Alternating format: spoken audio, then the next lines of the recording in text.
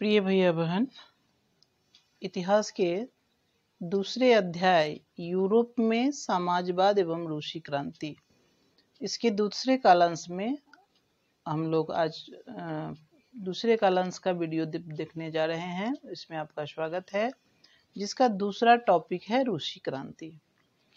अब रूसी क्रांति जो थी, उस रूसी क्रांति में 1917 की अक्टूबर की क्रांति के जरिए रूस की सत्ता पर समाजवादियों ने कब्जा कर लिया। ऐसा कैसे हुआ, किस तरह से समाजवादी कब्जा किया? क्योंकि रूस में तो जार का शासन था, तो यह जार का शासन कैसे समाप्त हो गया, इसको जानने के लिए हम आगे पढ़ेंगे। रूस का जो साम्राज्य था वह 1914 में किस तरह का था।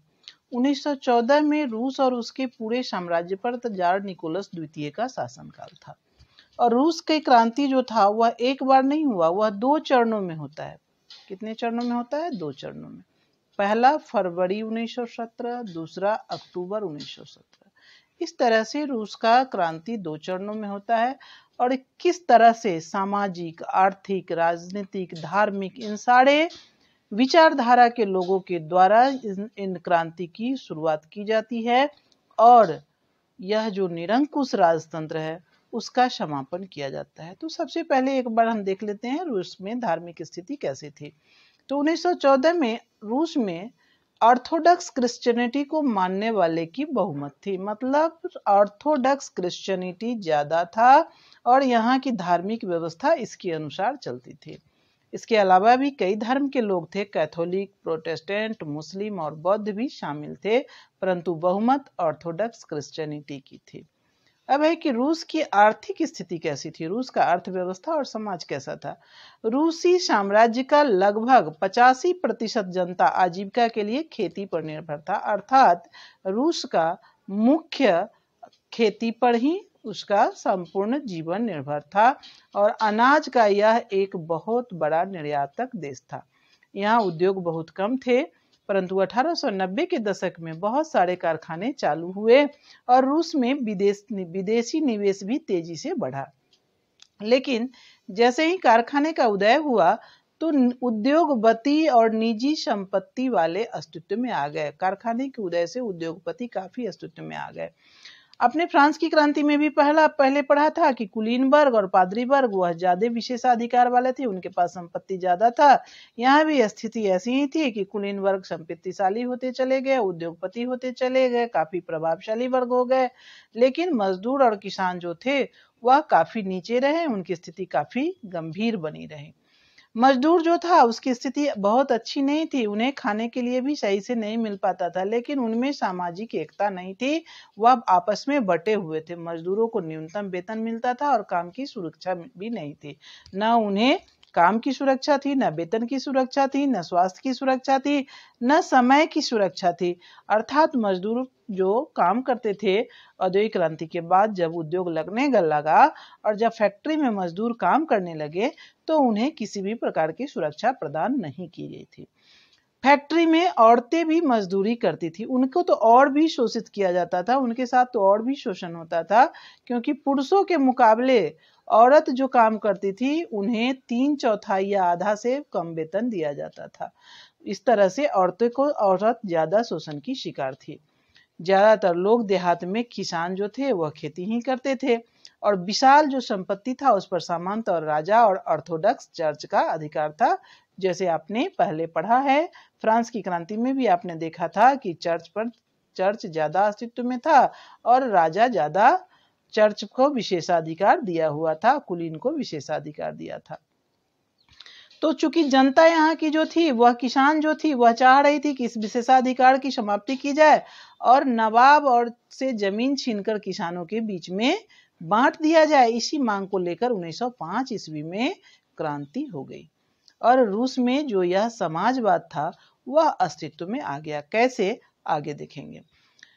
कार्ल मार्क्स के विचार के बारे में आपको पहले बताया गया है कि यह क्या चाहता था। यह दुनिया के मजदूरों को एक करना चाहता था और सबको समानता का विचार सबके लिए इनके मन में थी।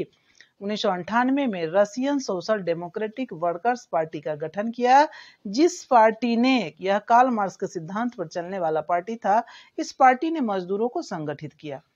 कुछ समाजवादियों को लगता था कि रूसी किसान ही क्रांति का मुख्य शक्ति बनेंगे। इस प्रकार 1900 में समाजवादी ने सोशलिस्ट रेवोल्यूशनरी पार्टी का गठन किया, जो किसानों का सबसे महत्वपूर्ण पार्टी था और यह किसानों की अधिकारों के लिए काम करता था, संघर्ष करता था। और सोशलिस्ट रेवोल्यूशनरी पार्टी जो था, इसकी सबसे बड़ी कमी यह थी कि यह किसानों को पूर्ण रूपेण बहुमत में नहीं ला सका, अर्थात किसान एकजुट नहीं हो पाए। संगठन की रणनीति के सवाल पर जो था वह पार्टी में गहरा मतभेद था और इसके कारण 1903 में पार्टी का विभाजन हो गया। पार्टी दो भागों में बट गया, पहला बोल्शेविक दल और दूसरा मोन्शेविक दल। यह बोल्शेविक दल और मोन्शेविक दल आगे किस प्रकार से अस्तित्व में आए, इसके बारे में हम लोग आगे पढ़ेंगे।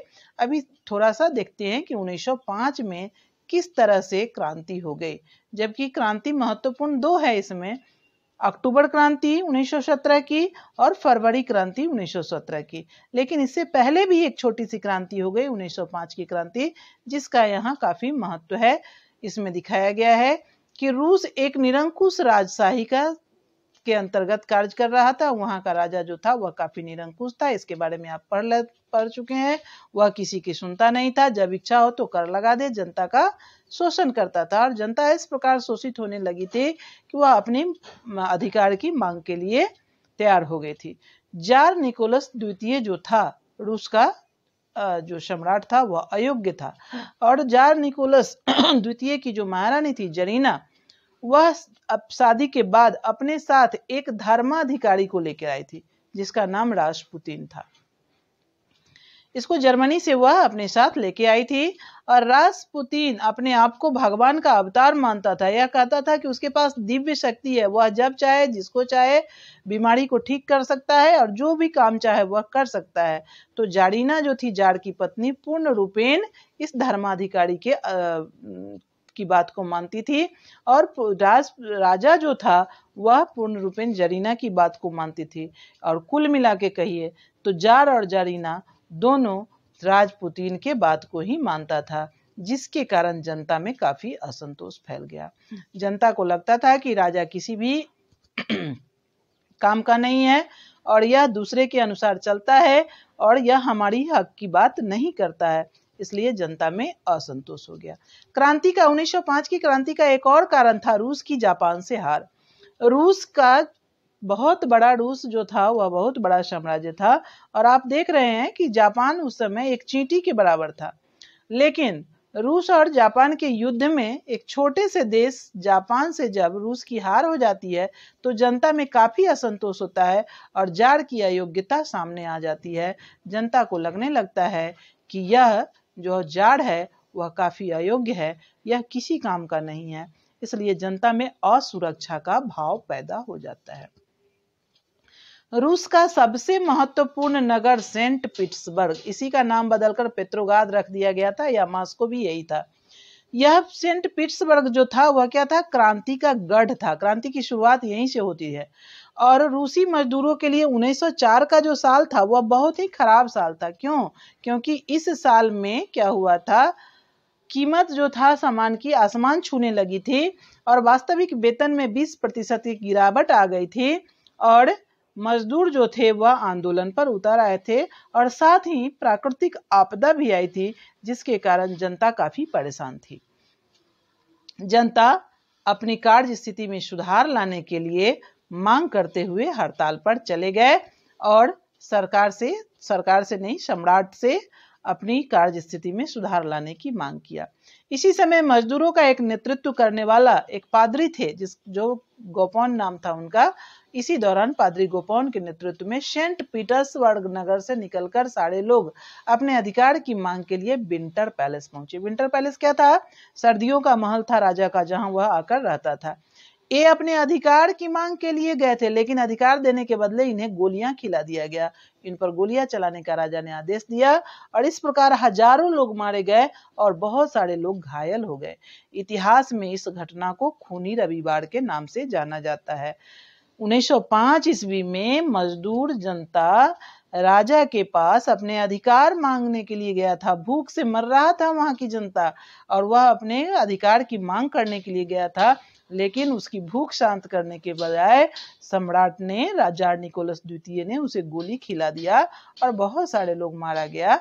इस घटना को खूनी रविवार के नाम से जाना जाता है इतिहास में। इस प्रकार जब यह खूनी रविवार की घटना हुई तो इस घटना का काफी विरोध हुआ, जगह जगह दंगे फैलने लगे, लूटपाट होने लगी और जार निकोलस को अब लगने लगा कि अब हम सत्ता में नहीं रह सकते हैं, कहीं ऐसा न हो कि मुझे जनता पकड़कर फांसी पर चढ़ा दे या मार दे।